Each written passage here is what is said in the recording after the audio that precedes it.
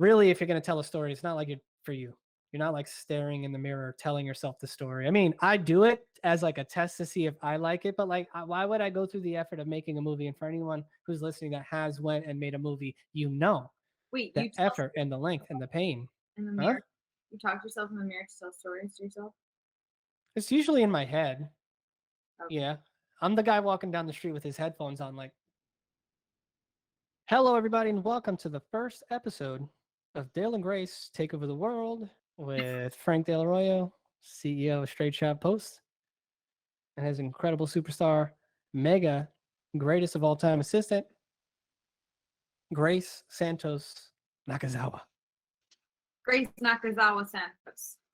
I'll never do that again. So what we're going to try to do with this podcast, basically, Grace and I are trying to build a company that creates content that hopefully will entertain and educate. And we figured, since there's a lot that goes on here, building a startup company, it's sort of a good twofold thing to, one, recap the week and make sure we got stuff done, and then also might as well share the journey along as we figure it out.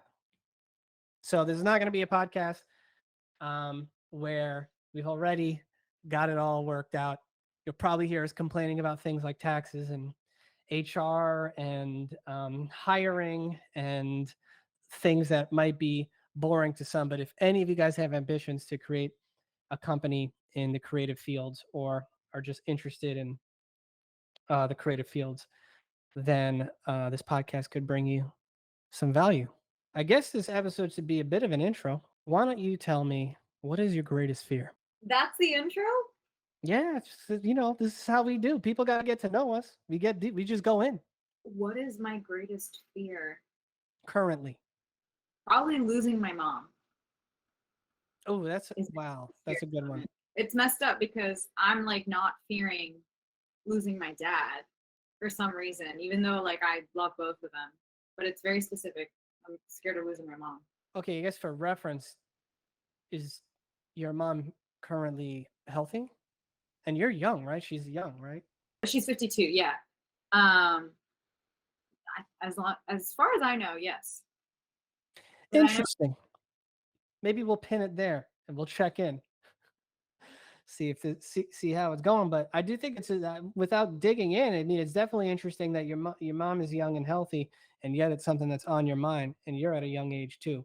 So interesting. I'm not afraid of losing loved ones, but I guess here's another question: have you dealt with that before? No, I mean I've lost. There you go. I've lost family, but it hasn't been like not. But someone that like. Yeah. I don't care. I mean, it's not someone I've been close with. So for me, my grandfather was a role model. He passed away in my 20s.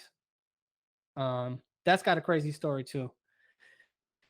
Just like the day that happened, but that was the big first truly like foundational like experience for me.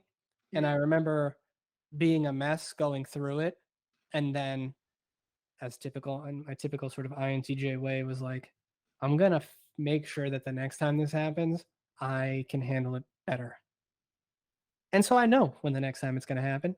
Shocker, it's going to be when my grandmother passes. I'm not afraid of it, probably because it's inevitable, so that helps. There's no point in fearing something, at least for me, that's like 100% going to happen. I might as well just prepare for it. That doesn't mean it's not going to suck. It's going to be horrible. But, I could prepare for it, I guess, as best as one can. So that's kind of the way I look at it. I would say as far as my biggest fear, I think for sure, and I know you've heard me say this, is being misunderstood. I have a really unique personality. I have a really unique, I don't want to overuse that word, but somewhat possibly even trouble, the way that I speak, the words that I use, they're meant for efficiency, they're speed. And I'm realizing that what you sacrifice for speed and language is emotion, right? And so people definitely add the emotion to my words, and it makes it easily misunderstood, I guess.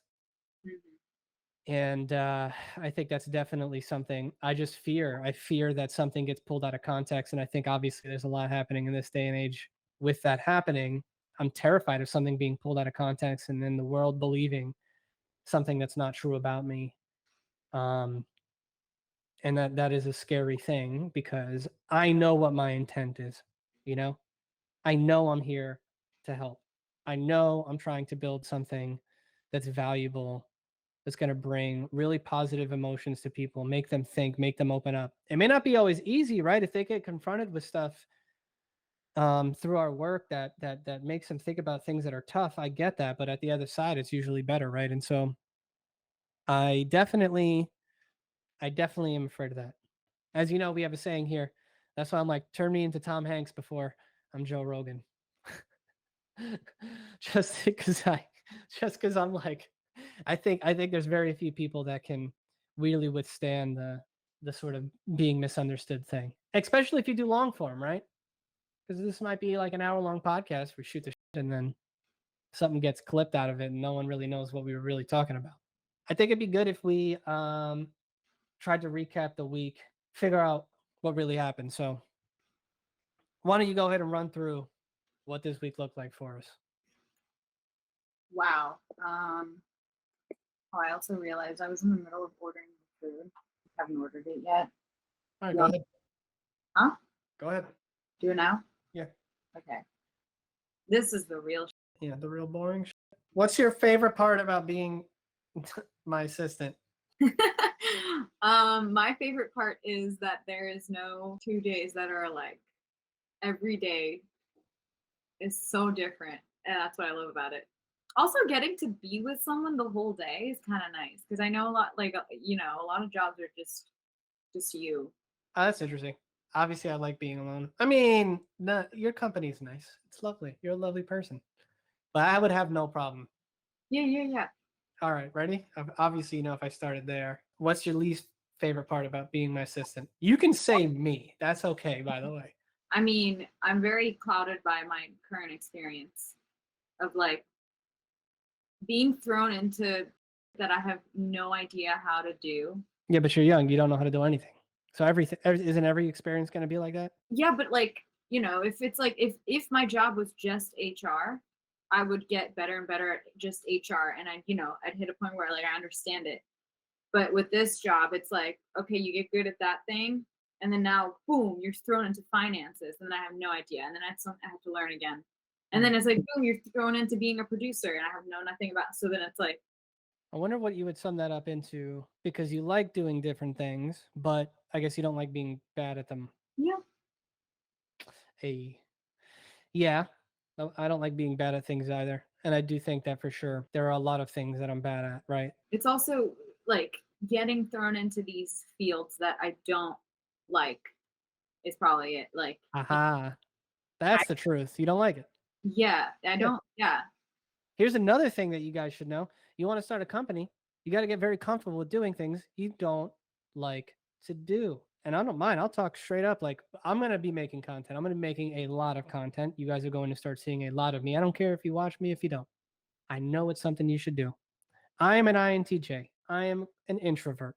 I just want to finish work, play my video games, wake up the next day, grind it out, and be done. But I know that it's important that we share our story. I know that it can help other people. And so even, finding ways to do things you don't like is going to be a huge part of your life as you build a company. I would say the difference here between Grace and I is that I do have the option of outsourcing all the things that I don't like or don't want to do. So there's that. And eventually, Grace will be able to do that too as we grow. But for now, one of us gets stuck with all of this shit.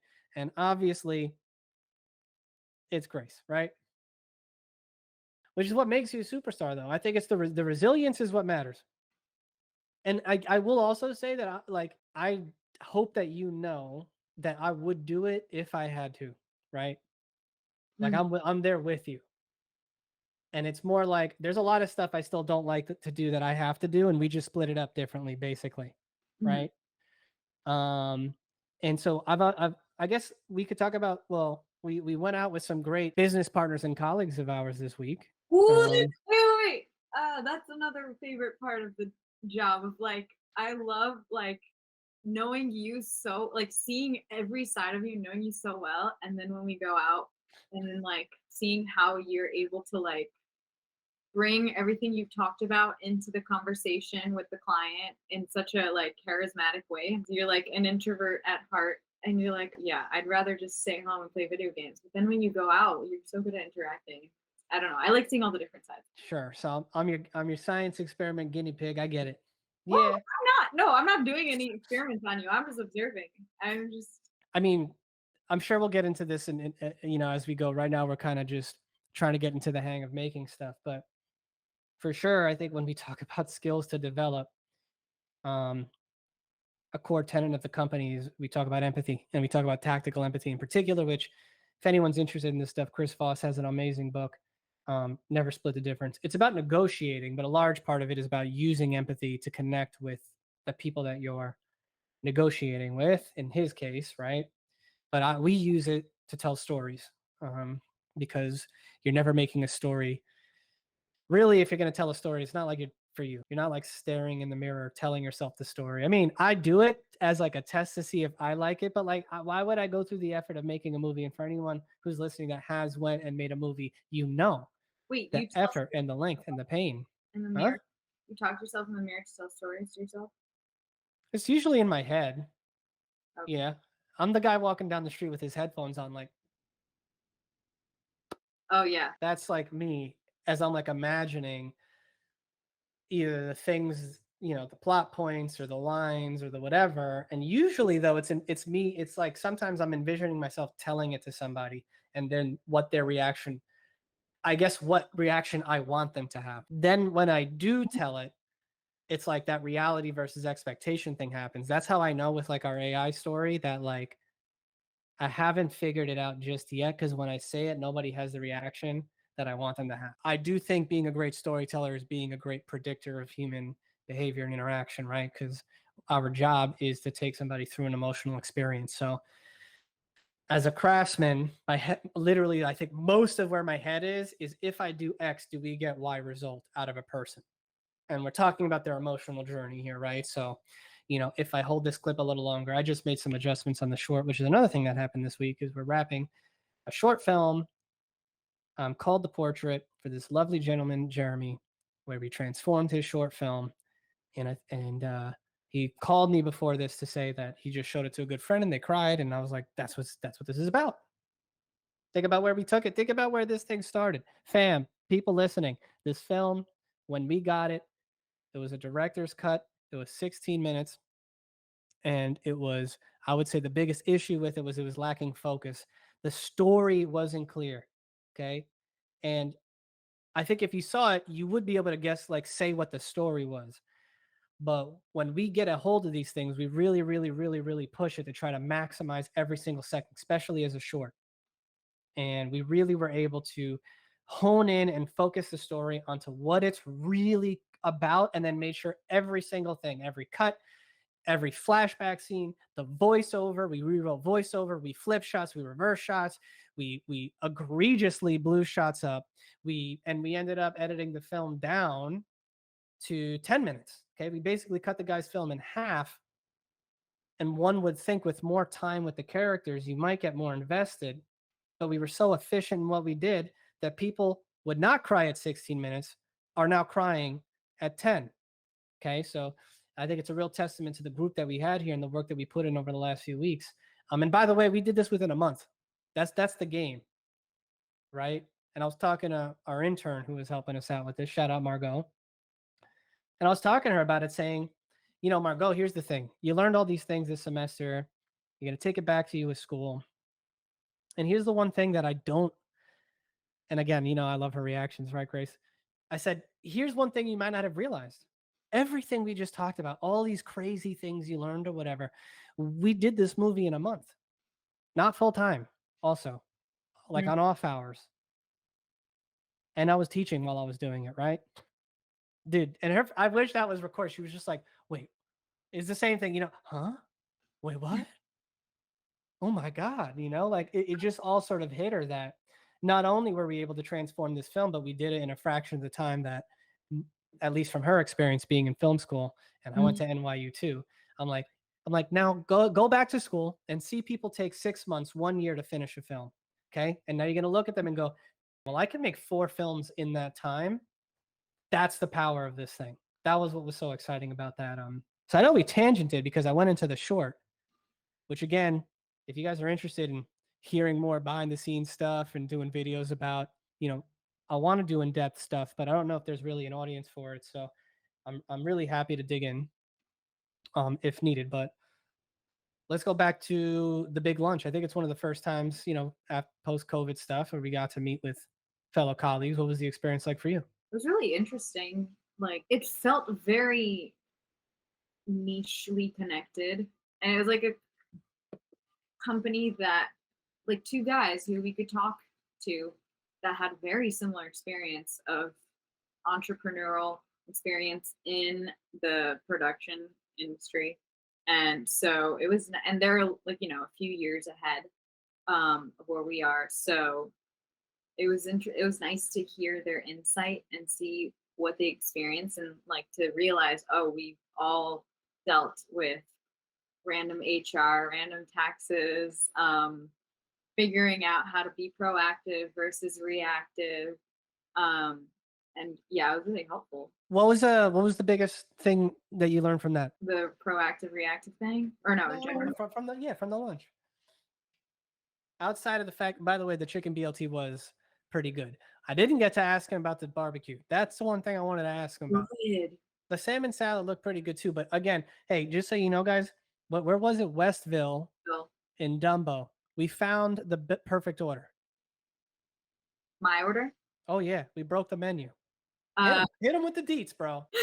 Before we went, by the way, there are multiple Westvilles in the city if you want to go, but I don't know if the menu's the same. But the one in Dumbo, we were looking through the menu, and a lot of them are like salads for $14, $16, and then you can add a protein for like $7 to $10, or a sandwich for like $16, whatever.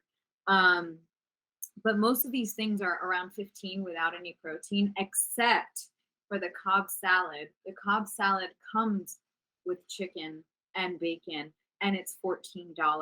It was so good too. I'm not a big like, oh, let me go out and eat a salad, let alone a Cobb salad. But this was good. It had a lemon dill dressing, and it was a bang for my buck. I mean, hold up, man. Yeah, don't be going in on the dressing, fam. Listen to this, bro. You could pay like $21, right? Yeah. Or you could pay 14 and you get bacon, which is a commodity. Yeah, I mean, yeah, it's like $2 per strip. Yeah. I don't know if they realize that that they have this, the secret cheat code on their menu right there, but like, yes. And I want whoever's editing this said, make an epic. It's like, I want you show the menu, circle it. Yeah. For sure. If you're going to Westville, that's what you get. And blue. If you're all about value. All right. Oh yeah. End of story.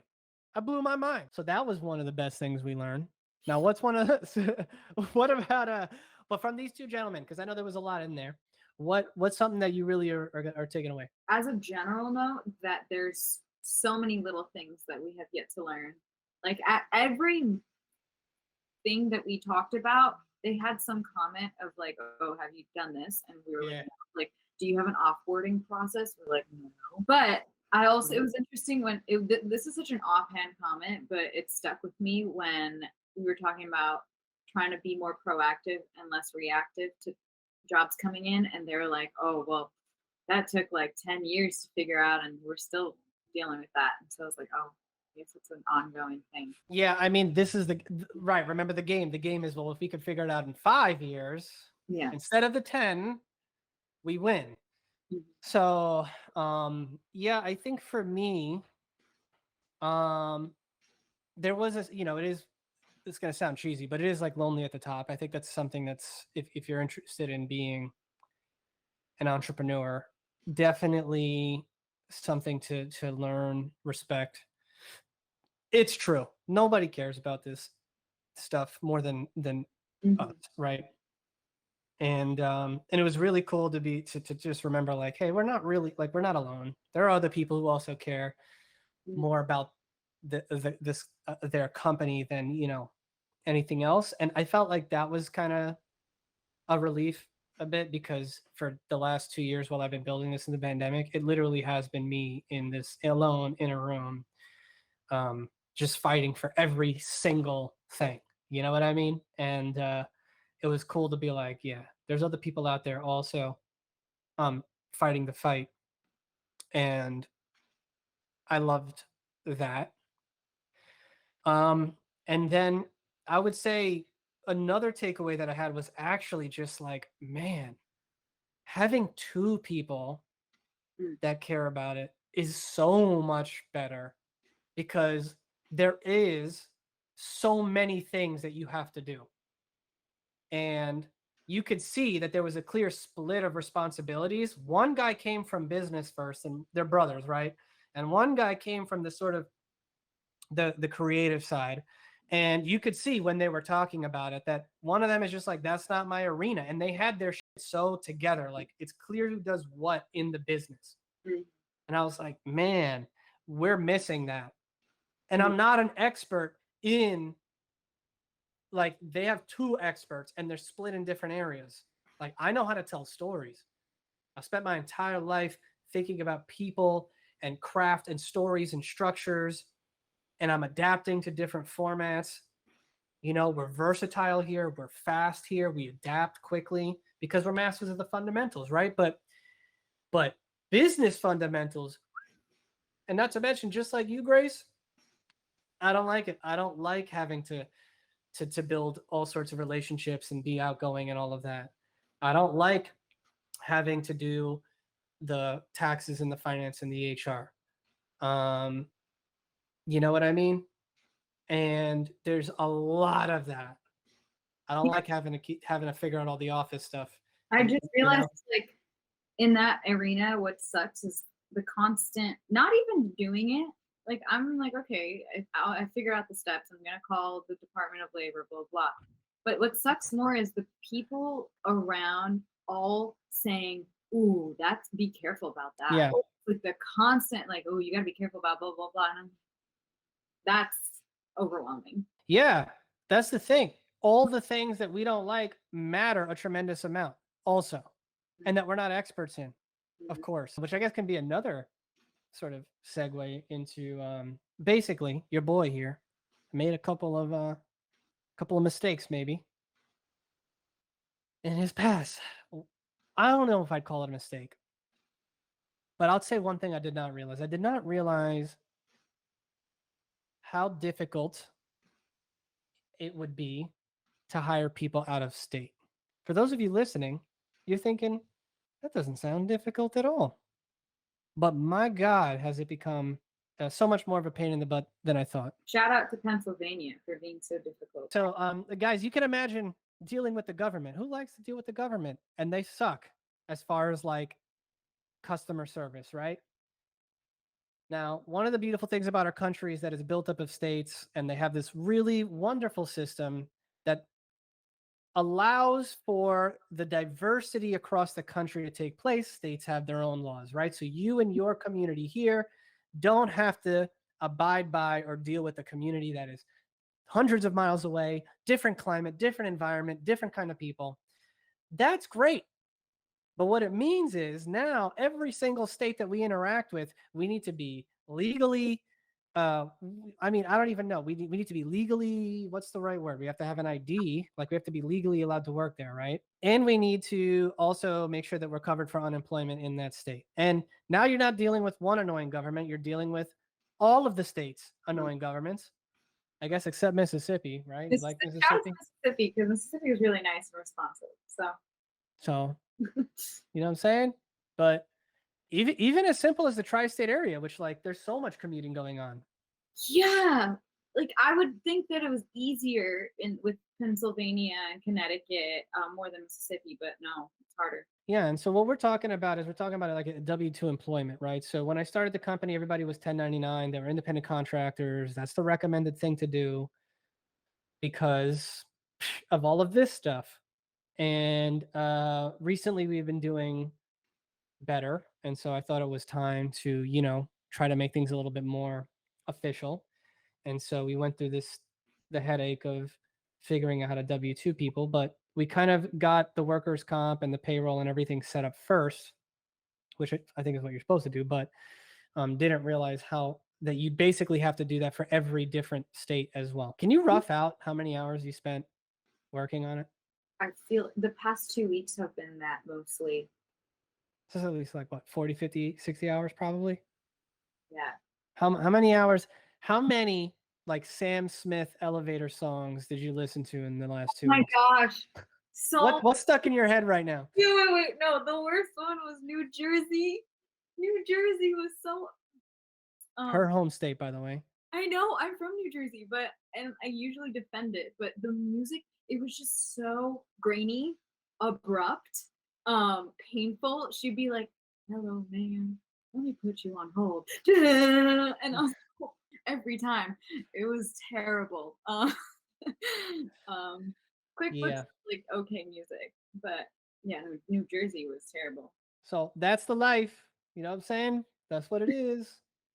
We got to figure it out. Eventually, what ended up happening is my sister-in-law, Isabella, who's an incredible individual in general, is an accountant who has also been dealing with this recently. And I guess one of the other things that I was really disappointed with is that there is a lack of information about it, and accountants don't know this stuff. But you would think it's an accounting thing. But what we realize is that payroll accounting and, like, I guess general accounting are completely separate things.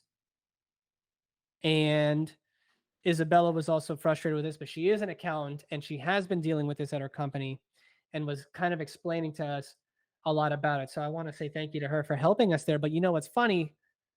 What she basically explained was you got to just get somebody to do it and pay for the service. Okay, so it's funny because as you calculate these things and you're looking at your budgets, you're thinking, okay, we're going to pay for this and that and this, but there's so many of these hidden things, right? Like, for example, QuickBooks, we do pay for QuickBooks payroll, but in order to enable out of state, like local tax payroll, you have to upgrade it. They'll care, which is funny because it's really for local taxes only, right, Grace? So they'll cover, I guess, the general state tax. That's why I'm like, what's the difference though? Yeah. So you know what I mean? And that's the thing. Nobody knows because when you're talking to these people, you're talking to salespeople and they have no clue what their thing actually does. And nor do they have an expert available to help you. So it's been really difficult in that realm as we were trying to keep things, I guess, cheap and effective as a small business. We've only been around 2 years, born July 2020. There's such a not misinformation, lack of information. And I don't even know who to ask because we talked to Isabella, who is an accountant, and she doesn't really know. So that I thought it was an HR issue. I talked to my mom about it because she's an HR person. And she kind of had the same answers as Isabella, like from the other side of like, I know these certain rules, but I don't actually really know how to do it. And so it's like, what? And even if you pay for these services, at the end of the day, it's still us who has to apply in each state, do the whole application, and get these tax ID numbers. Last night, it was like Christmas. It was like right before I go to sleep. Mississippi sent me their numbers, which is the last one. I was like, Dude, this is what it's about, by the way. Oh, me and her, we both love the little things. So, we're going to get pumped for pretty much all of this, just so y'all know. But here's the stuff that you guys would take away if you do have to deal with this. Number one, outsource the payroll, do it. Don't think about it. Too much expertise would be required. Too much time investment would be required to really figure it all out. Outsource all of that. The one thing that you have to do no matter what is you have to get your employee ID and your unemployment ID from each state. So that you can do. Yes, if you have the money, I would just have it, which I don't think no matter what the service is, can't do that for you, right? yeah, sounds So, right. So unless you're ultra premium, if you're starting out and you're going to hire out of state workers, and I guess we'll have a conversation about why you would even want to do that. You're going to have to, for sure, do the state ID and the unemployment work yourself, and then you outsource everything else so you can just hit the button to run payroll and be done. Okay, just do that. And if you can't afford it yet, stay 1099 with everybody you're working with until you can. Don't think about it, just do it, please. By the way, we just got paid. Joe Greco Productions. We just did these bullet train featurettes. Gonna share those soon, but like that, got paid, and he uses Gusto. Just so you know, Grace. Just keep that in mind. Oh, he does, yeah. Shout out Joe. Thank you so much. We had a blast working on that. So why did I even hire out of state in the first place? Well, duh, we're all remote. All right, I had an office, tried it. Okay, don't save that for another episode.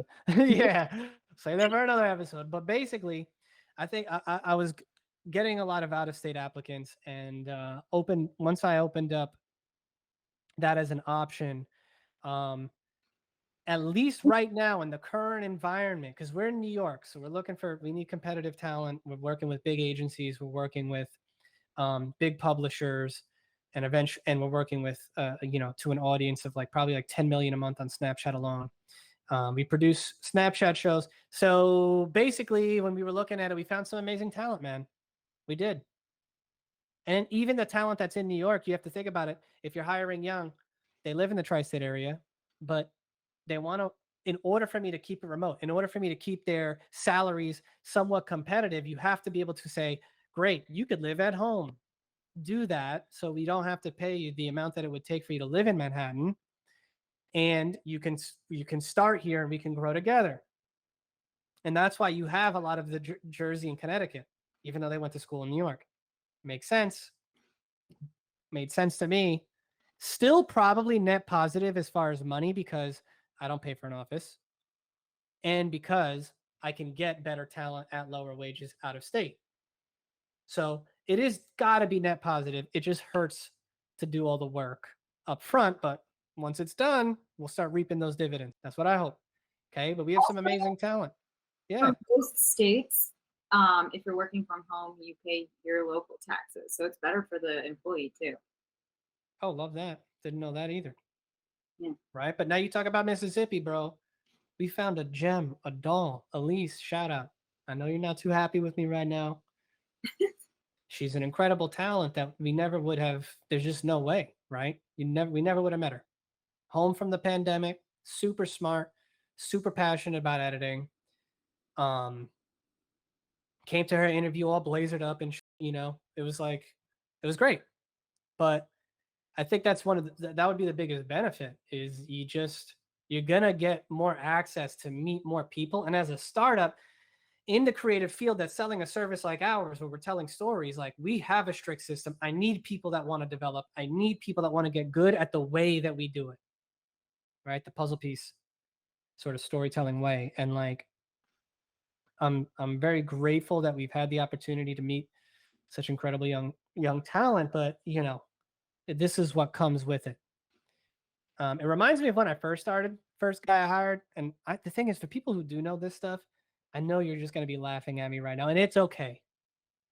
It worked out in the end, but the first guy I hired was international. Oh my God, dude. I did not know.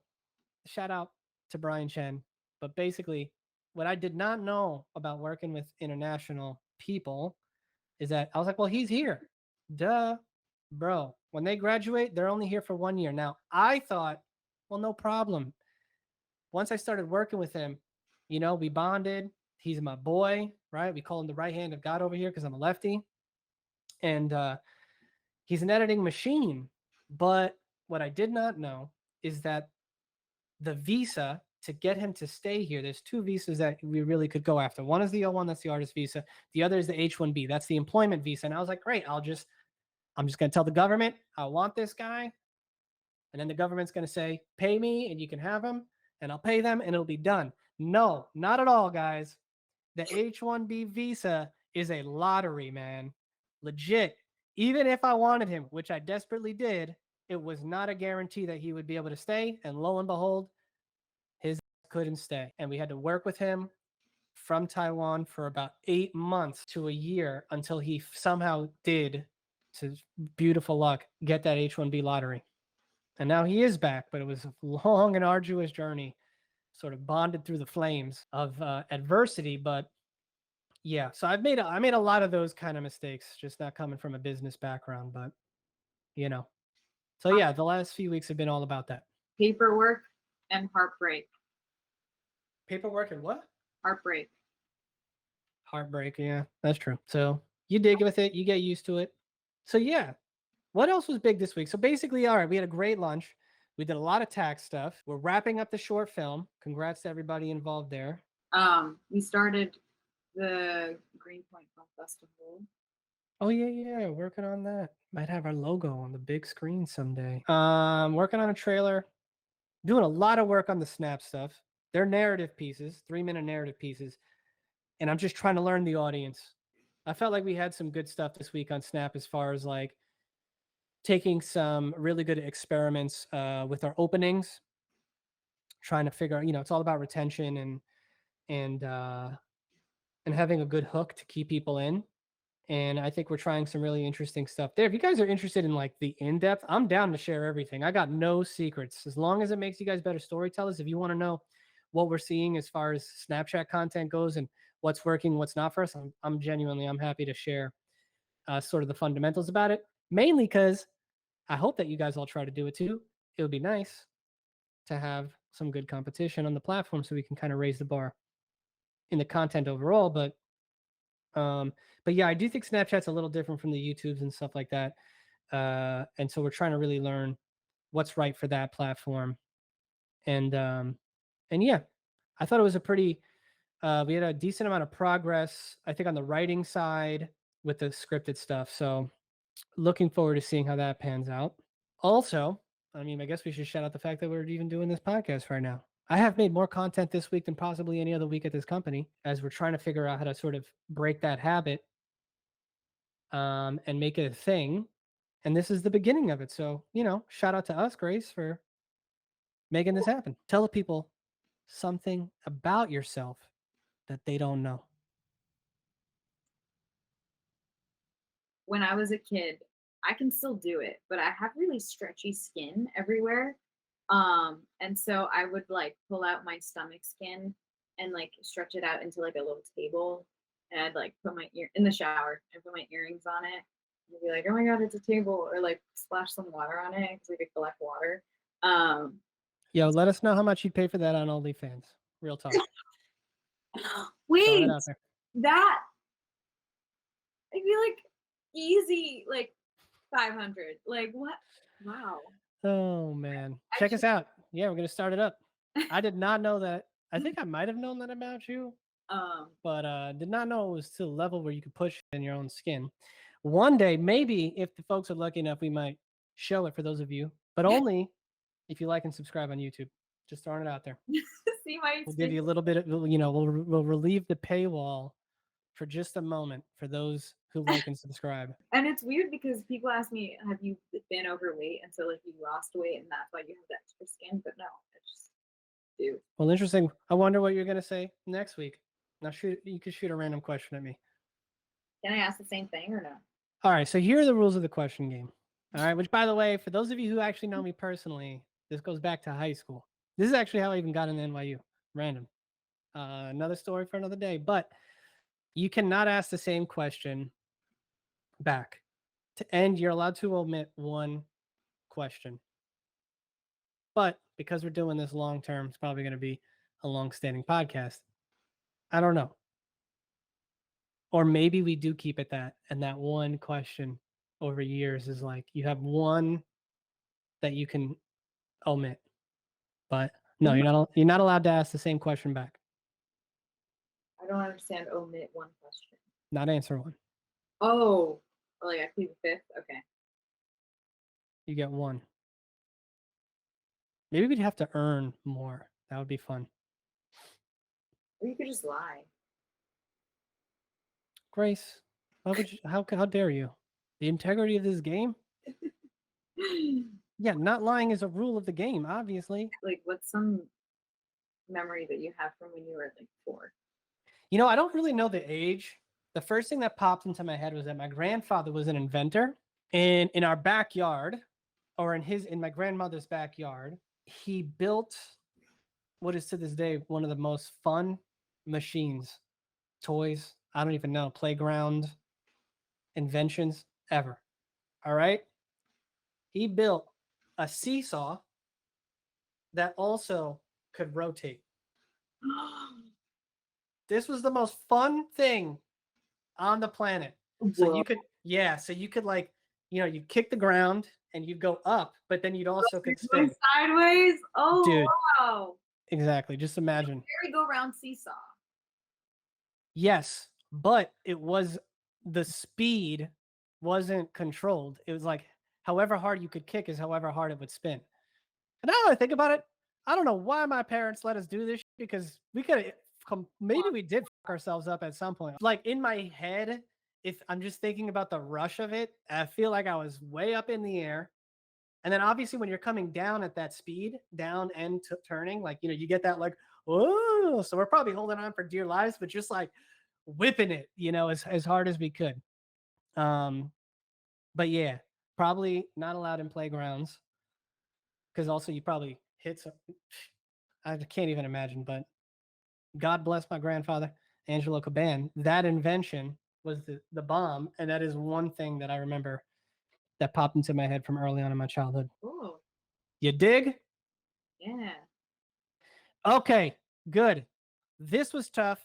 This was awkward, but we're getting it done. Editors, please save us, make us sound cool, make it work. But we're not going to stop. We're coming back at you next week with more plans to take over the world. Thank you so much for watching. Please don't forget to like and subscribe. Share it. If it brought you any values, feel free to call us fools. As we know, we have so much to learn. Work hard, be nice, and as always, keep changing. Later, boys and girls. Peace. Bye-bye.